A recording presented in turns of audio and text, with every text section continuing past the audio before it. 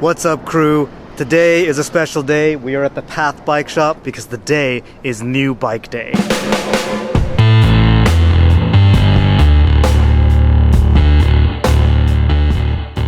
So we're jumping into the shop. Mike, the mechanic in there, is going to be building the bike up. I'm super stoked. We're not just going to show you the bike and give you the specs on it, but we're actually going to show you it coming together and maybe learn a little bit more about it. So that's what we're doing today. Come on, crew, let's have a look.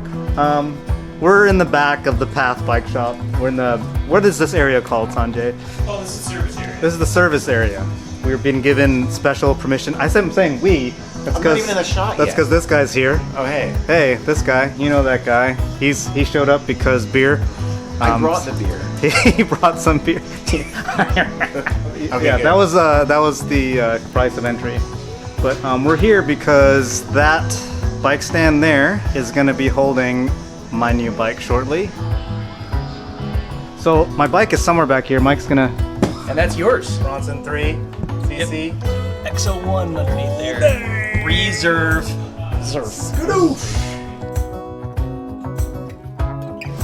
Before we go any further, crew, do you want to see the bike fully built? Get some specs on this thing? Me too. Let's do that real quick.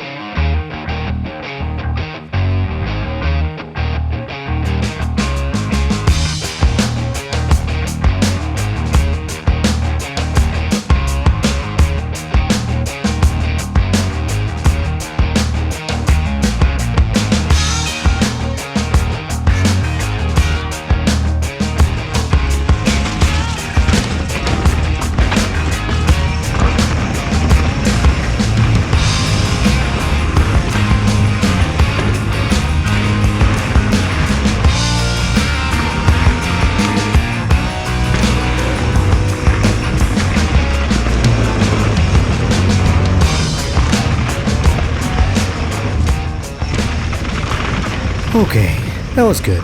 Let's get back to the build. Mike, will you introduce yourself real quick? I'm Mike. I'm a mechanic at the Path Bike Shop. Been wrenching here for just over 4 years. Before that, I worked 11 years at a performance bike shop, so been doing this since about 2004. Heck yeah, dude. Yeah, all right. Mike has agreed to do this build so that we can film it after hours and not get in everybody's way. Normally, I think we would be in the way while people are back here wrenching, but there's apparently still people back here. Why are you guys here still? Isn't it after hours? Busy. Oh yeah. So these guys definitely don't slack. The one just hanging outside. Are you filming? Hey, it's Tony. Welcome to MTB Allen. Today we'll be putting together my new bike, which I'll be riding on the trail tomorrow at Santiago Oaks. So meet me there at 10 a.m. sharp. This isn't live. He always thinks that like it's live. I told you to do a live stream tonight. Come on. All right, fine.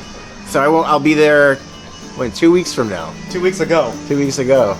Jesus, I've only had one beer and I'm already blowing it. Alright, I'm totally not blaming this on Tony. At some point my mic got turned off, so here we got some stuff with no audio. Yeah, so the reserve wheels come with a nice little bag, which is pretty dang cool. And you also see who built your wheels. You get little cards. There's some Steel Wisdom here for you.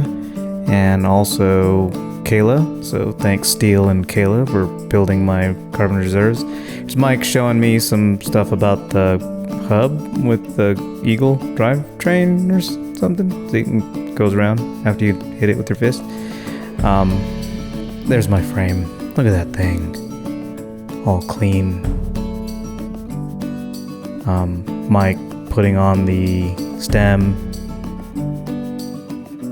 Hey, look at that. Handlebars, carbon. Well, bam. Nice.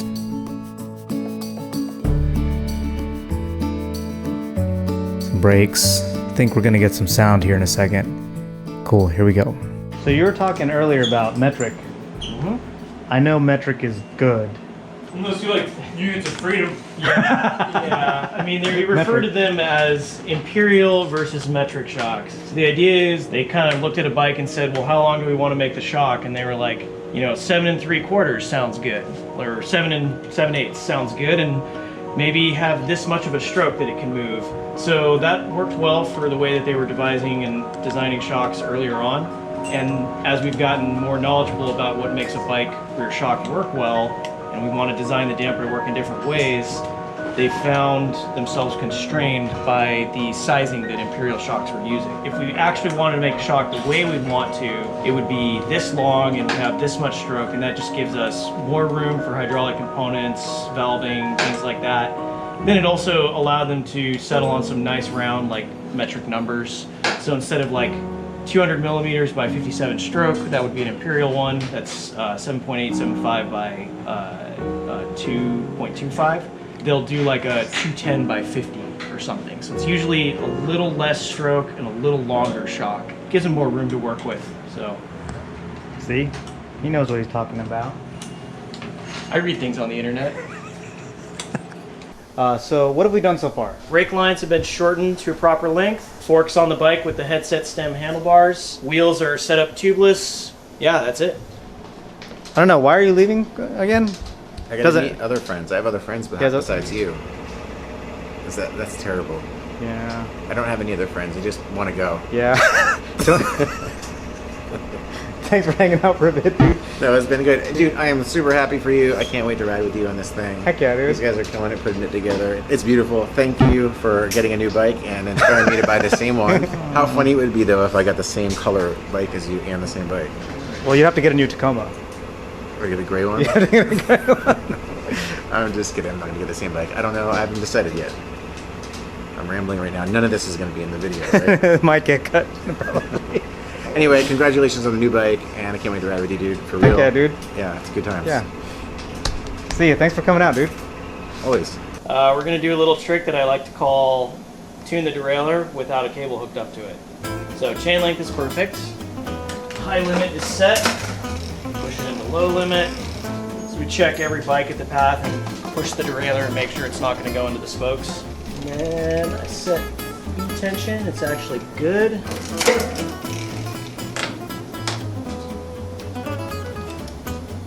So as soon as I hook that cable up, the shifting is going to be perfect. He said hopefully.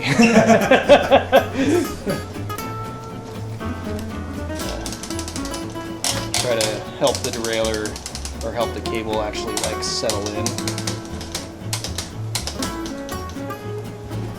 That deals with most of the cable stretch like early on. It's really just a matter of kind of gauging exactly how much tension I should be putting on this. 0.5 smidgens is the correct amount of cable tension.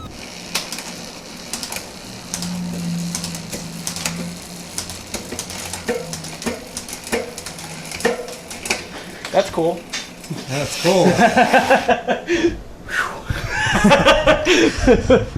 I am going to adjust that a little bit more.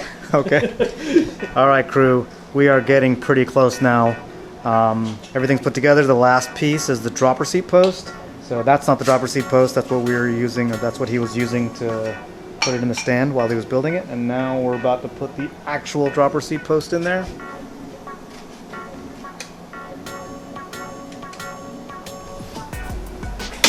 That's a good sign.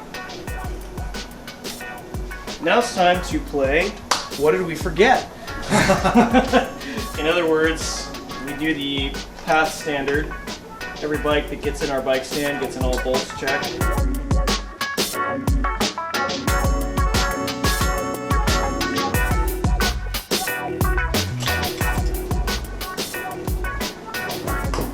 There you go. M. All right, crew. This thing is built. Mike freaking put this together, made it look really good. Feels good already. I'm stoked to ride it tomorrow. Dude, thank you so much. Absolutely. Good stuff. Yeah, fun times. It's fun to have an audience. Cool. So we're gonna be out on the trails in just a second. We're out at Santiago Oaks with the bike. Kelly's here. Katie's here. And trails are over there. Go past Dump Guys, new bike.